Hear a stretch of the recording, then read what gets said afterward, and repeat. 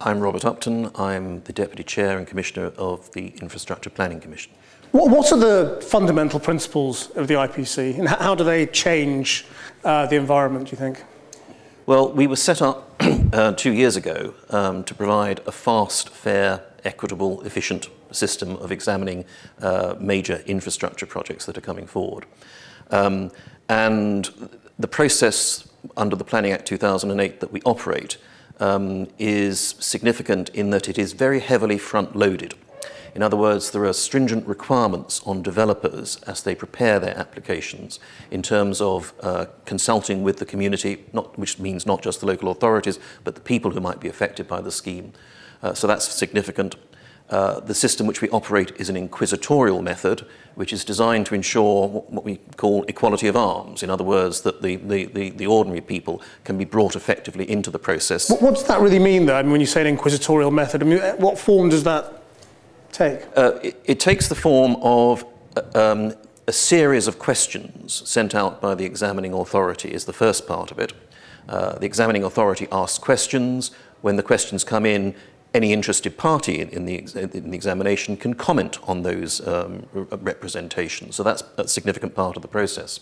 And this is all public. It's all up on our website, so everybody can see what's going on. Nobody needs to be excluded. We also run, as part of the examination, certain sorts of hearings. And any interested party, for example, can request an open floor hearing, which is for a general discussion about the issues represented by that case. How easy is it for the public to actually get involved in this process, though?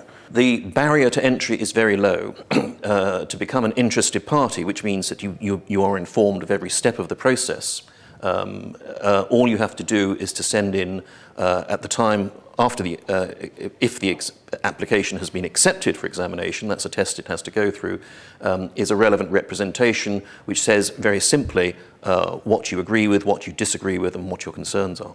And what is the role of the local authority here? Local authorities have a significant role in this. They are statutory consultees, so they have to be consulted by the applicant in preparing the application. They have a particular opportunity to comment on the adequacy of the consultation. When the applicant puts in their application, they have to include a consultation report which says how they consulted local communities, what they learned, and how they may have modified their application as a result of that. They do this in accordance with a thing called a statement of community consultation, which has to be agreed with the local authority in the first place, and the local authority then says whether they think that the applicant has complied with that. And if the examination goes ahead, then the local authority has the opportunity to submit what's called a local impact report, which can cover any aspects of the project. And that is significant because it is one of the factors that the decision maker must take into account in reaching their decision. Do you think local authorities are set up to deal with this process? I mean, do they have the resource, the people? I think we see challenges here. For many local authorities, it's a steep learning curve because it is a novel system. And of course, it comes at a time when many local authorities are finding it difficult to cope with, finding resources for their day-to-day work. So if a large project suddenly lands somewhere near them, you can see that they feel worried by it. One of the things which we've encouraged both local authorities and prospective developers to think about are planning performance agreements, which are agreements whereby in everybody's interest, the prospective developer gives a sum of money to one or more local authorities so that they can conduct their local research, produce a good quality local impact report, and take a full and active part in the engagement process. So what would your advice be to local authorities at this stage?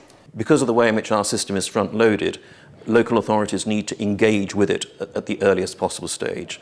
If they're aware of a project that is likely to come near them, they should be talking to the developer. And the developer should be talking to them, but they should engage willingly in those discussions. And how should they reassure their constituents that this is not a system in which developers with vast amounts of resources will just be able to steamroller their way through? I think by pointing out its particular features, as I say, the fact that it is a very open system, the fact that there are many opportunities for both the local authority as champions of the community, but local people themselves to take part, that the barriers to entry are very low. I mean, I think that this is a system which does a great deal to ensure equality of arms.